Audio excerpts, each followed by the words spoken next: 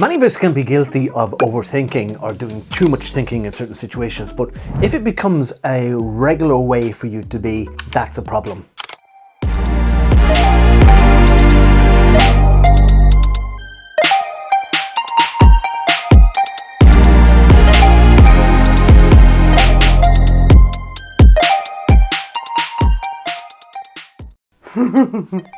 So I suppose we're the happy headers and we're looking at planning versus making snap decisions.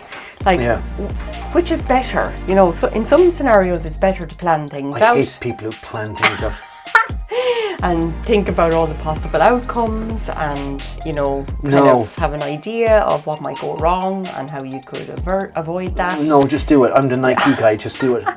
Just do it. The Nike guy. I love it. Because there's always 1,000 reasons as to why you shouldn't do something.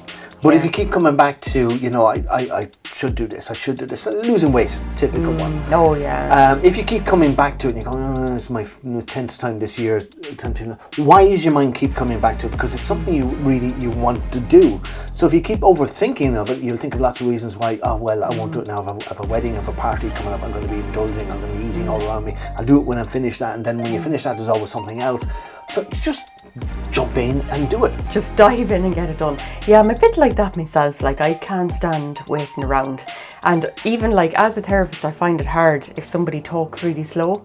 You know, my husband, for example, now, I'm constantly finishing his sentences for him because that he must be takes very long irritating pauses. For him. He said he doesn't mind it because he can't focus properly, you know? Right. Whatever's going on. He's trying to get his train of thought and you just jump to the end. Finish it. Yeah. Right. Yeah. I have no patience. Right. But then in sessions, I am better, but I have to control it.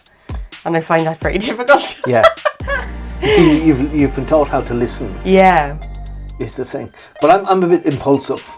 There was one time, and I mentioned it previously, I'll say it again, where my ex, we were talking about the house where we lived, that if that wall wasn't there, there'd be much more light coming in from the glass door, and then this kitchen area would be brighter.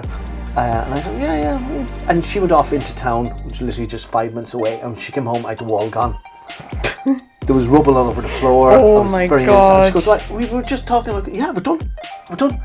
Oh my God. Jesus. So, but see, what if that was a supporting wall and the fucking roof collapsed, Paul? I said we've much more light coming into the place now.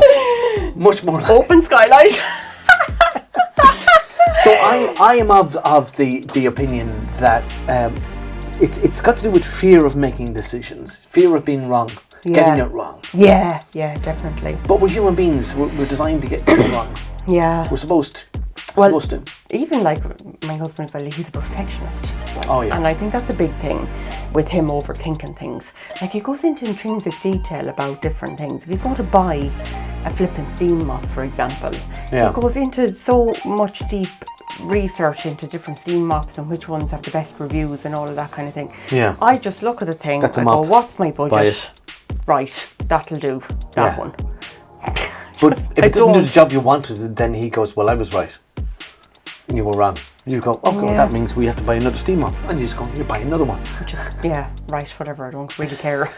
But so perfectionism and the desire to control situations, because maybe you've been burnt in the past, maybe you've suffered because of past mistakes, and we're always living in the now, but the now has got to do with everything that's happened in the previous nows, which is your past. So we're always planning the future with reference to the past. Yeah, absolutely. And I think in that as well, there's admiration maybe for people who are able to think about things and plan it and read all the instructions before they start putting something together.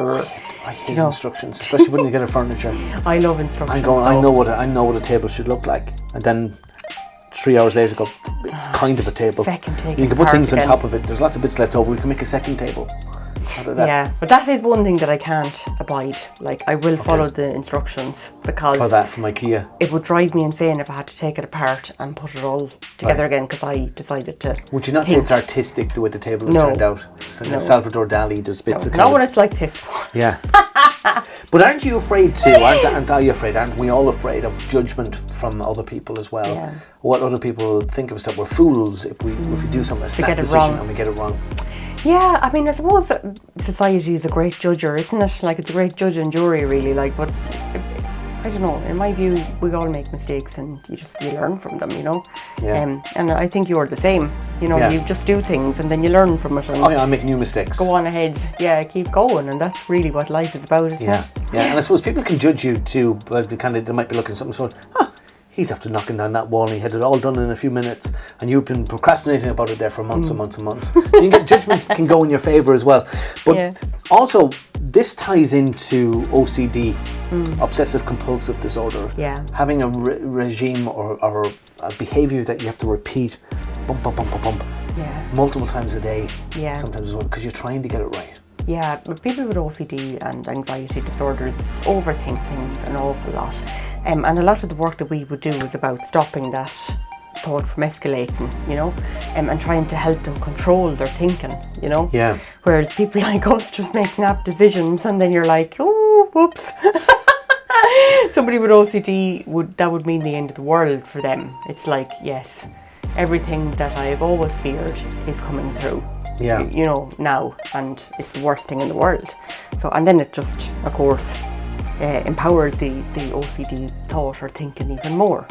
Yeah. Horrible. So, which extreme are you? Are you the overthinker who plans meticulously, takes weeks and months to do things, but they turn out grand? Or are you the snap judgment, impulsive, just do it? Yes, come on, get on with it. Let's go. Let us know. Like us, subscribe to us, and we'll talk to you soon.